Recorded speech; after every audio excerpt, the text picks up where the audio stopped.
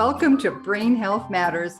I'm your host, Kate Kunkel, the founder of this series of courses, programs, books, and this podcast, all created to help you become healthier so your brain can become happier and stronger. Brain Health Matters is brought to you by Don't Let the Memories Fade, a holistic approach to preventing dementia and creating a healthier, more vibrant future. You'll find it on Amazon everywhere.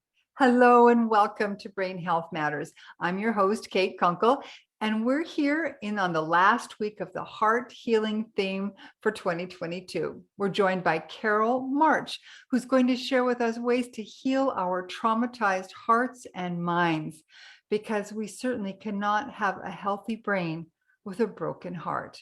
Carol March is an author, book coach, and storyteller, and she helps people heal from trauma through journaling. Her amazing story of commuting with spirit to heal her own trauma is the subject of her latest book, When Spirit Whispers. Welcome, Carol. Thank you so much for having me. I'm really delighted to be able to talk to your audience. Now, Carol, I've read quite a bit of your book, and your story of healing from trauma through spirit is quite amazing. Well, I don't know if it's amazing. It didn't seem amazing to me because it took a long time. But looking back on it, I do see that I was able to take control of my life at certain important junctures and make the changes that needed to happen. And usually those changes were I was pushed into those changes by my experiences with spirit. So it was spirit that would nudge me along. And I didn't always realize that at the time. Sometimes I did, sometimes I didn't. But for example, when I moved to, out of Philadelphia, moved to California, that was a big spiritual shift for me. And then moving from there to here, to New Mexico, that was another one where I needed to be around, be in a more emotional place and be with more emotionally based people, because California is very mental and very spiritual and very exciting and very wonderful. But I was also trying to integrate my emotional presence into my spiritual presence. So I needed to be in a different place. And Albuquerque is definitely the place for that. I love it there. It's so beautiful. So we've talked about different kinds of trauma here on Brain Health Matters, but mostly like traumatic brain injury. So something that actually physically hurts the body. But when you talk about trauma as something that we must heal, what kind of trauma are you talking about? Right, exactly. Well, I'm talking about emotional and psychological trauma. Now, that can be accompanied by physical trauma in some cases, but in my case, I don't believe it was. And I didn't know about trauma. I didn't know that what had happened to me until I was at midlife. I found out that I had been sexually abused by my father before the age of 3. And although I had suspected that, I didn't know it until I was experiencing some body work. I worked with a body worker, and the memories were in the muscles. They were physically in my body. They were not in my brain. They were not in my mind, because I was so young. I hadn't formed the pictures yet, developmentally. So I knew that had happened. And that actually made a lot of sense of all the other problems I'd had from early childhood, because I was a problem child in the sense of I was so shy, I couldn't speak to people. I was very anxious as a very young child, 4 or 5 years old. I experienced major anxiety, depression, incredible shyness. I mean, they called it shyness back then. Today, they would treat somebody who had what I had, because I really could not focus on other people. And I was just in terror. I was literally living in terror. And as I grew older, I adjusted and I grew up and, whatever. But I always had anxiety. I was always afraid. And it would come as literally symptoms of anxiety attacks, panic attacks, things of that nature. And so the approach was, there's something wrong with Carol. That was my family's approach, and that was society's approach at that time, because trauma was not something that was discussed. And so I've spent much of my life, I studied psychology. I mean, I've got a master's degree. I worked in social service. I always wanted to help people and did that kind of work. But I always trying to figure out what the heck was wrong with me and how could I fix it. So much of my life was motivated toward healing in that respect because I thought there was something wrong with me. The big shift I made when I realized what trauma meant psychologically, the way it's being written about today, and of course it's out of the closet and it's everywhere now, is that it was what happened to me as a really young child influenced everything. The reason I was having all these problems was not that there was something really wrong with me, it was the result of the trauma. It was the result of the patterns of behavior and the changes in the brain that happen especially when a very young child is traumatized like that. So I want to interrupt here for a moment and just talk about the actual physical changes that happen, because Carol's mentioned, we have these emotional and things come up and we don't even know why they're coming up. But that's partly because, and not only because, there are actual changes that go on inside the physical brain. So there's 3 parts of the brain. And I think it's important for people to understand, because when you feel like you just can't overcome this, and it happens the same with addictions, there are actual physical parts of the brain that are changed. And there are things that we can do to help reverse the damage, so to speak, to those physical parts of the brain.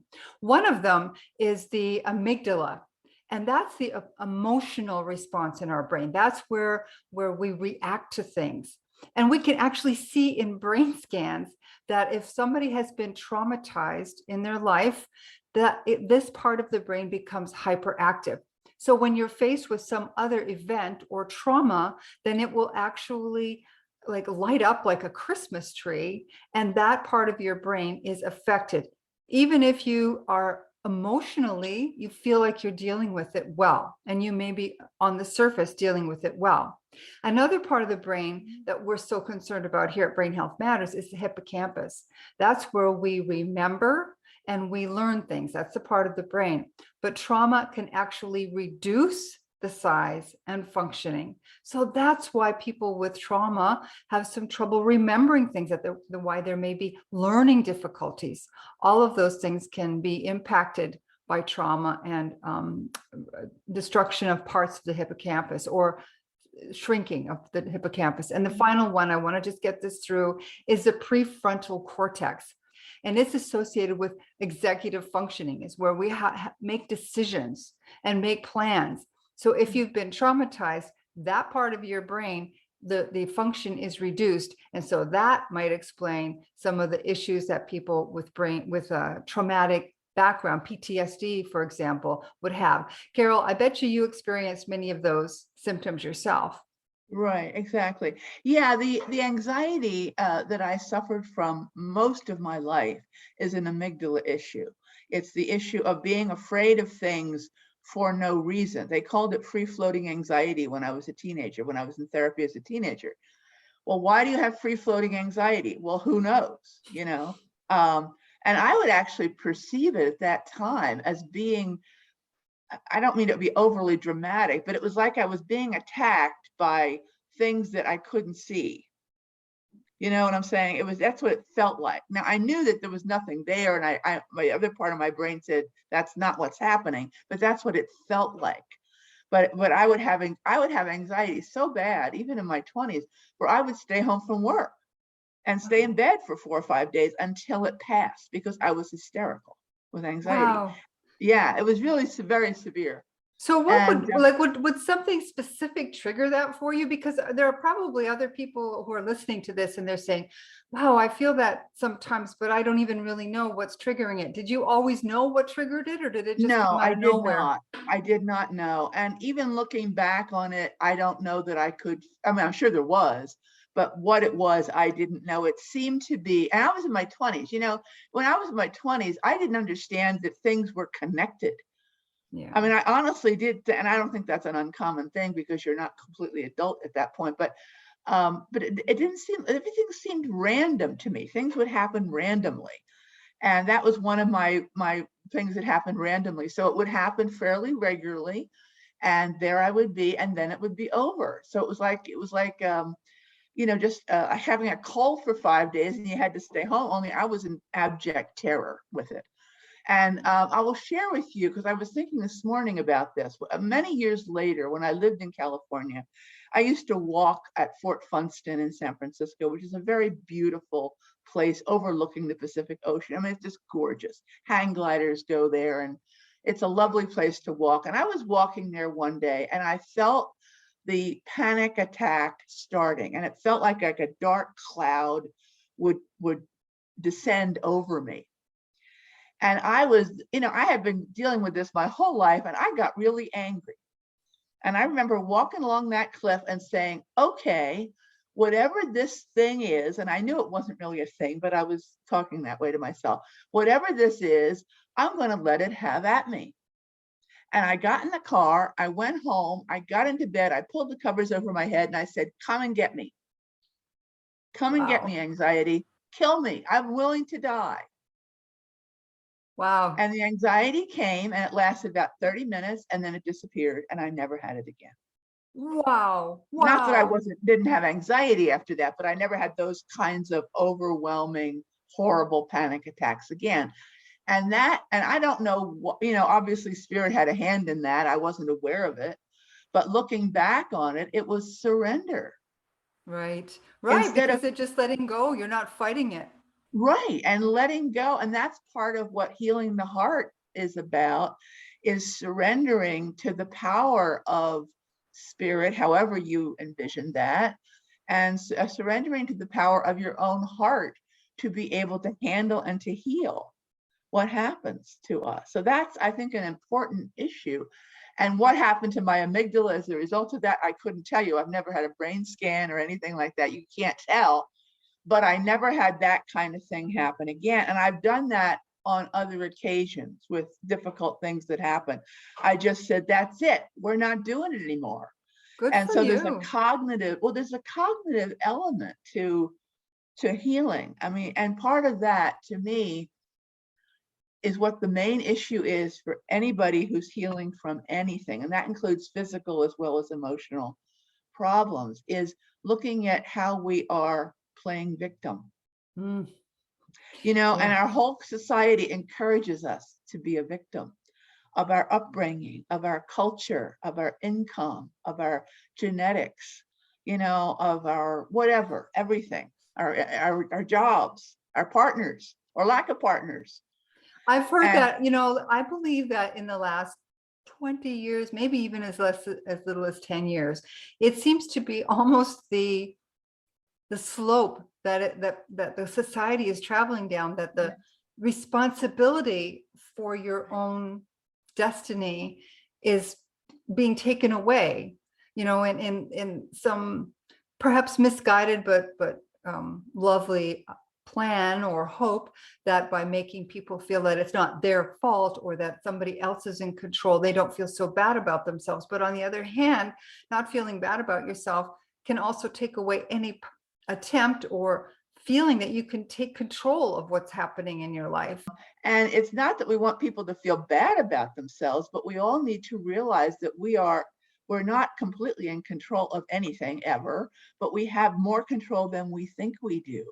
Absolutely. It's even to do with our brain, our health. Yeah. So we have genetic stuff that can affect us. And our backgrounds when we're growing up, the foods we're given, the injections we are or not given, all of those things affect us.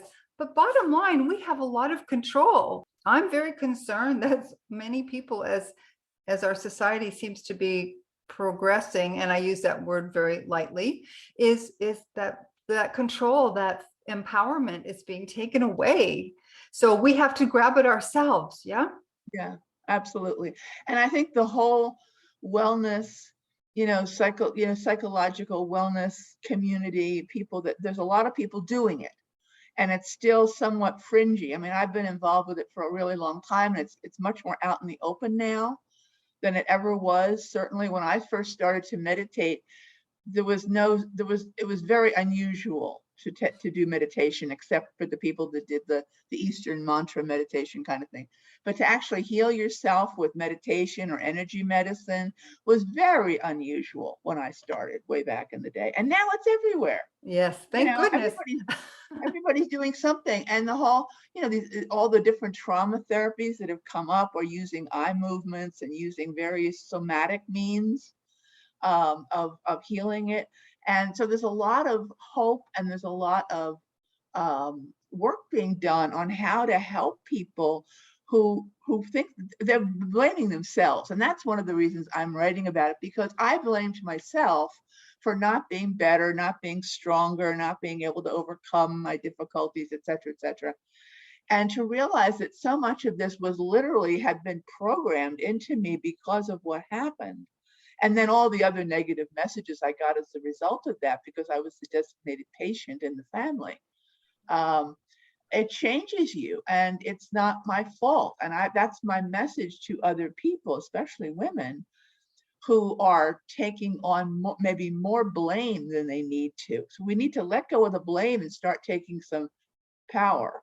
Was it spirit that guided you to sort of morph from the fiction? You're going to still obviously do fiction, but to write about this experience? Yeah, yes, it was nagging at me. And I'm not writing as a professional. I only have a master's degree, so I'm not a professional psychologist. I'm not a neuroscience or a doctor, or any of those things. But I am a person who experienced these things. And so that's the position I take when I write.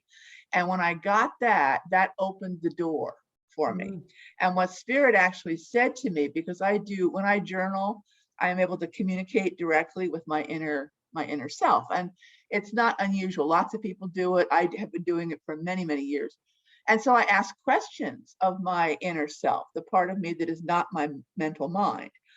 And what I got was that my job was to tell of what I've experienced. And I thought, well, now that I can do. I can tell of what I've experienced. I'm not really telling other people what to do necessarily. I'm simply saying, this is what I did. And that's so helpful, because really we need examples. That's how most of us lead, really, is by example. Right. It's not because we have all these degrees and fancy titles.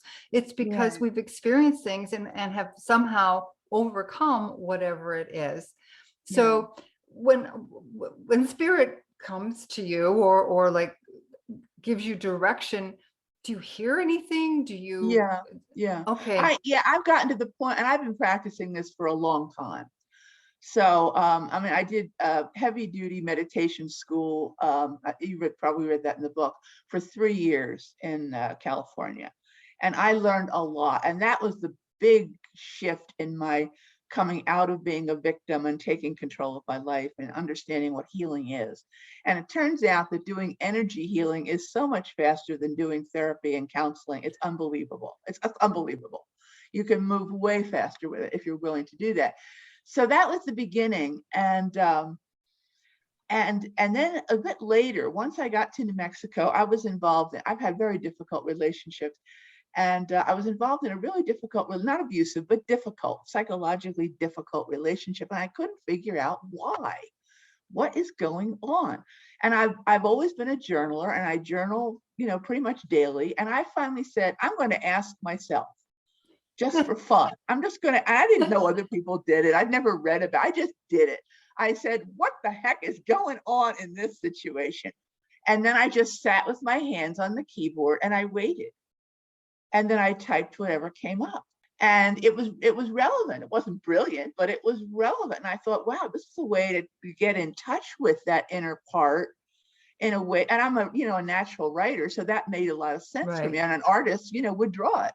And it's, again, not uncommon. Lots of people do it. And it's a very, very good, easy, and inexpensive way. You don't need to take any training or learn anything, where you can literally get in touch with the part of you that is not your mental mind and get advice. And the more I did it, the better it got, because in the beginning, mental mind was influencing and whatever. So the more I do it, the better it is. So I get information like that. I also hear and see.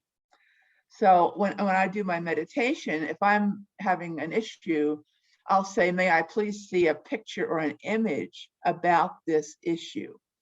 And something will come. And then it's up to me to interpret whatever that means. So then I get Right. to work with an image, you So know. you think, you keep mentioning meditation. So I Mhm. believe then what you're basically saying is that meditation is an important tool to have in your toolbox to be able to even tap into this. Otherwise, Yeah, how do you close off the monkey mind if you don't do that? right. Well, and meditation is again has come out of the closet, and I think mindfulness, which is a very neutral way of approaching meditation. There's no religion, there's no ideology. They don't ask you to believe in anything. So mindfulness is a good way to start it, because the point is, with anybody who's creative knows this, if you are stuck in mental mind, which goes in a rut and a circle and says the same thing over and over and over again, to be stuck in that makes it very difficult to tap into the creative part of the self, however you envision that. And so I think a lot of creative people are the ones that have gotten this before the general population. General population think of meditation as a way to reduce stress, which it does.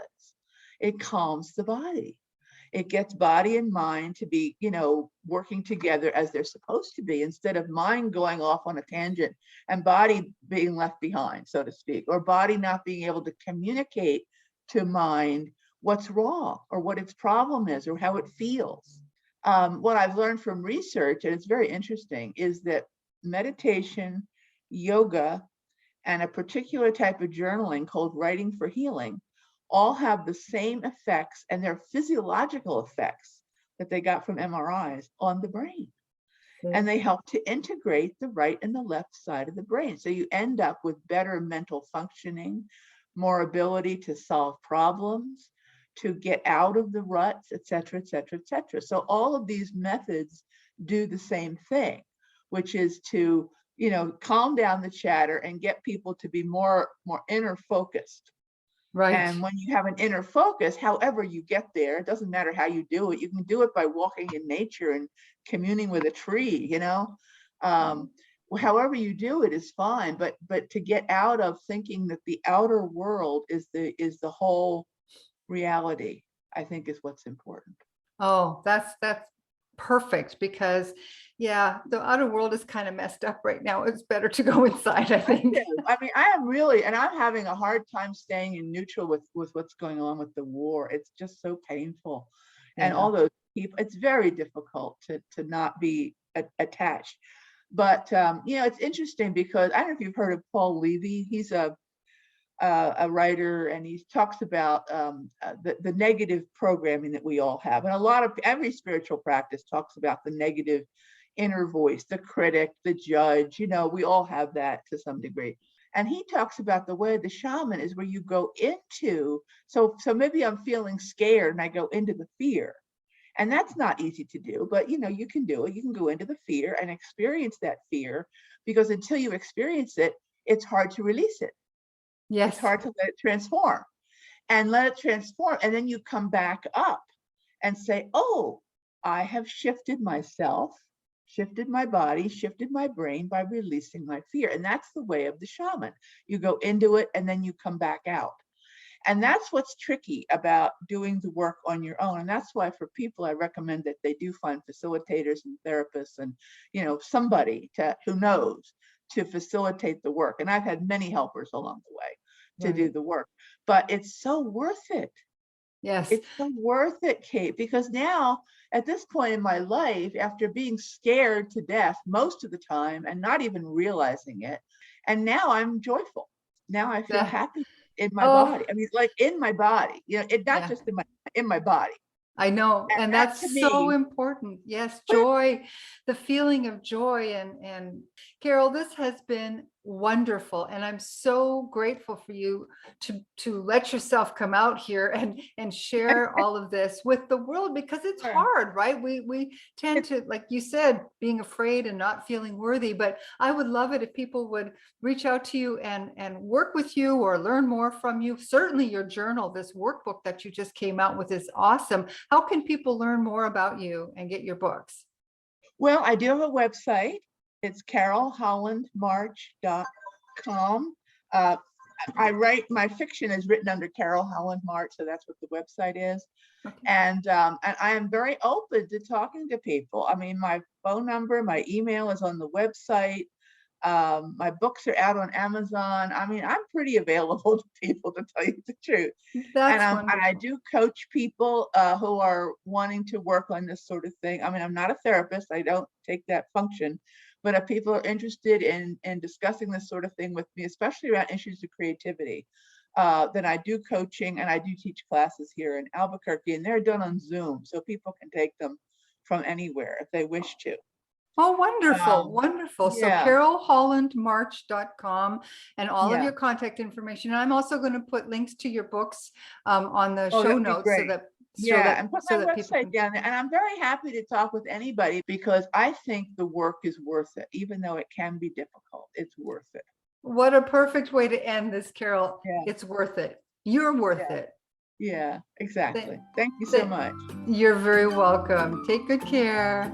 Thank you to everyone for tuning in. Be sure to subscribe to Brain Health Matters so you'll always have the latest information and access to interviews with experts who can help you nurture and protect your brain for a future filled with happy memories.